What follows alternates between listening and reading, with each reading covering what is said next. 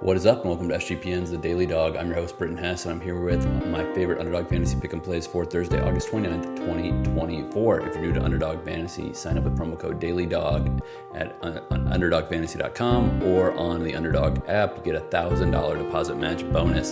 So that means if you put $1,000 on the app, you'll get $1,000 in bonus cash that you only need to roll through one time to access.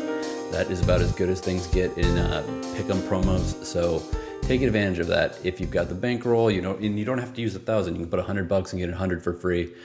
Do it however you'd like. But enough about them. We'll talk more about Underdog and how awesome that app is later in the show. We've got a lot to cover today. This is Renaissance Man season. We've got U.S. Open. We've got college football. We got baseball.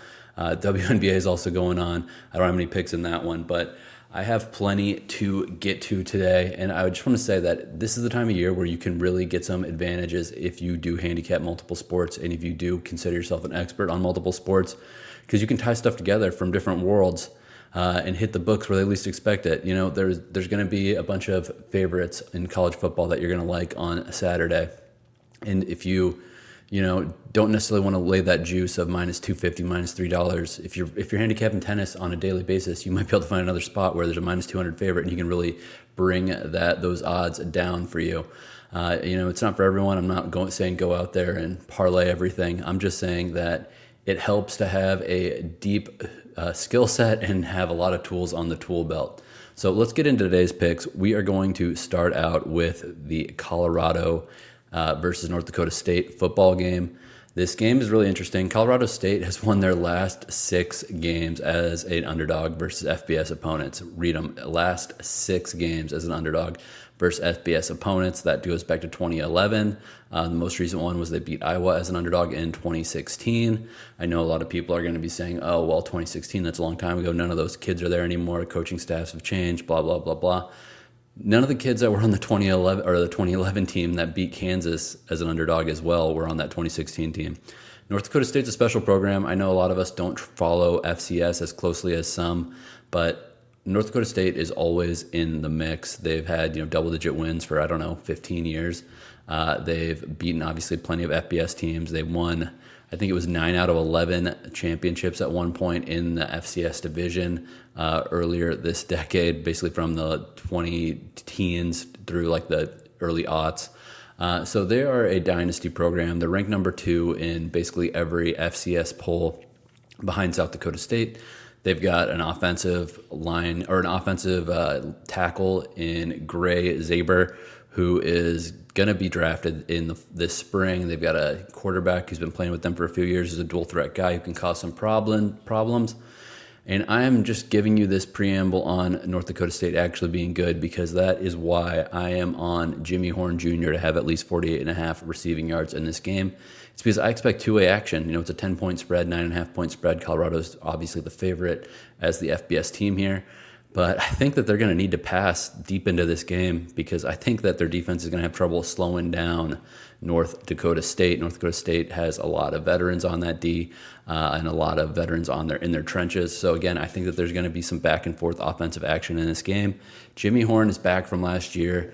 He averaged about 47 and a quarter yards per game last year. He started the season really hot. He had higher than 48.5 receiving yards, I think, in half of his games last year. Yes, Travis Hunter's still there. He's going to take a lot of targets, and they do bring in 2 really good transfers in Will Shepard and LeJontay Webster. But those guys all have much higher numbers than Horn. This is a team that runs a 4 wide receiver set. Basically every time they're on offense, they're running a 4 wide receiver set. So I think that there's going to be plenty of opportunities for Horn to get over this. If he gets 4 catches, I think he's going to really get over this pretty easily. And he does have speed. He can get over that in one play, especially against an FCS opponent's defense. So I am starting to slip off with Jimmy Horn Jr., higher than 48.5 receiving yards. He's kind of the overlooked man on this team, but he could be a comfort blanket for Shedeur. They've been there since the beginning of this Coach Prime experiment last season. So I think that, when push comes to shove, a third down needs converted. I think they might be looking at Jimmy Horn and not one of these high-profile transfers who came over from Vanderbilt and came over from FAU. All right, we're going to another college football play. We're going to that North Carolina at Minnesota game. Minnesota didn't allow anyone to rush for 99 or more yards, a single player to rush for 99 or more yards against them for the first 9 games of their season last year. They allowed about 147, 149, something like that, rushing yards per game. Last year, they faced North Carolina. Omarion Hampton had 46 rushing yards in that game. His number in this game is 98.5. That's way too high. I'm taking lower than 98.5 rush yards for Omarion Hampton. 3 of the front 4 for Wisconsin's defense are back. Cody Lindenberg, one of their best linebackers who played in only 4 games last year, is back. Their leading tackle, their other linebacker, he is back. I just think that there's going to be a little bit of some space issues for Omarion Hampton here. Additionally, the offensive line for North Carolina has like 1 returning starter. So I don't think there's going to be these giant lanes for Hampton to run through. Obviously, he can make guys miss. He can make something out of nothing. But again, this Big Ten defense, experienced front 7 on this Big Ten defense against an inexperienced O-line, against a North Carolina that's kind of replacing a ton of people on offense. Obviously, they lost their quarterback, Drake May. They lost most of their offensive line. They do bring back some wide receivers, but I think that 98.5 is just way too high. I think that that's a little bit too much hype for Hampton. Hampton could still have a great game. He could have 85 rushing yards, 2 touchdowns, and 25 receiving yards in this game, and North Carolina could win, and it still wouldn't sniff 98.5 yards. It's just way too high of a number versus a team with a pretty solid rush D, and a team that was pretty elite at rush D until they got really, really banged up late in the season last year. I mean, like I said, it wasn't until like game 10 where they allowed a 100-yard rusher that was produced, Evan Mockabee, who kind of went off on them. But again, they were so depleted at that point. I think a healthier front 7 for Wisconsin, an experienced front 7 for Wisconsin or for Minnesota, not Wisconsin, for Minnesota is going to cause a lot of problems for this rush game. So Omarion Hampton lower than 98.5 rush yards. All right, I got to sneak in a U.S. Open play here. If you just want to play those 2 college football plays, both games starting at 5 Pacific, 8 Eastern, feel free, get that 3x multiplier. I added one tennis play that I really am confident in. Danill Medvedev lower than 1.5 sets lost versus Fabian Marozsan. Fabian Marozsan is a super talented, semi-young player. He's about 24, so he's kind of in that do-you-know-what or get-off-the-pot stage of his career. And for the most part, he hasn't really been able to stay healthy. He hasn't been able to stay fit. So his talent has kind of been wasted so far in his career, and I think that Danill Medvedev is going to be able to wear him out. Like I said, I worry about Marozsan's fitness at every match he plays.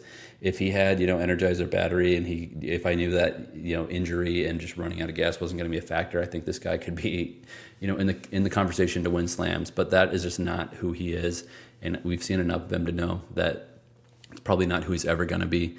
He went 5 sets in his last match, and again, Medvedev is just such a terror to play against. Such good defense, covers the court so well. He's long, big, got a pretty good serve. I just think Marozsan is going to maybe get 1 here, but I don't think we're going 5 in this one. I think Medvedev's winning this one 3-1 or 3-0.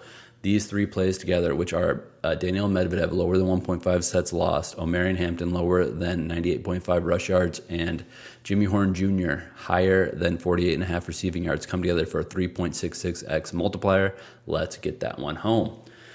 All right, I talked a little bit at the beginning about our sponsor, Underdog. Sign up, get that promo code of Daily Dog, get that $1,000 deposit match bonus, and use it on one of the promos. Right now, they've got a $10 risk-free play available. I think you might have to be on their Discord to do that, but it's pretty easy to join their Discord if you have the app or the program on your computer. So if you didn't want to do a flex for our Dong Squad, you could use that $10 risk-free promo and turn $10 into 1,400 or 1,430 if it goes 3 for 3. So let's get into that Dong Squad. We're going with Brent Rooker again. He's back at the small park. He's going against a young pitcher, Julian Aguiar, for the Reds. Aguiar's given up a home run in both of his starts in his young career this year. Rooker is really good. Rooker hits the ball far. It's a small park, and he's got an inexperienced pitcher. Give me Brent Rooker to go back-to-back days with home runs.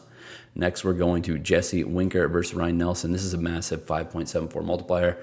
He's gotten 2 dongs off of Nelson in a very small 5 at-bat sample size. Righty versus lefty. Winker hasn't actually hit that much power as a Met, surprisingly. That doesn't mean he doesn't have it. I think that there's too much value on him in this matchup. Lastly, Teoscar Hernandez versus Cade Povich. We got another righty versus lefty matchup. Teoscar being the righty. Cade Povich being the lefty. Cade Povich is a former Husker. Go Big Red. But I don't think he is necessarily as good as he's been pitching in some of his outings recently, and I think Teoscar is going to be able to take advantage of that. If this goes 3 for 3, you get 71.52x return on your money. If it goes 2 for 3, 13.54x. Again, this is a flex play, so if it goes 2 for 3, you still get money. And also, there's that promo on Underdog right now for that $10 risk-free. If you put $10 on this and it goes 3 for 3, you get $143 back, and if it doesn't hit, you get your $10 back anyway, so it might be worth a little lotto ticket there. All right, thank you for tuning in. That's all I got for you today. Have a great day, and let's make some money.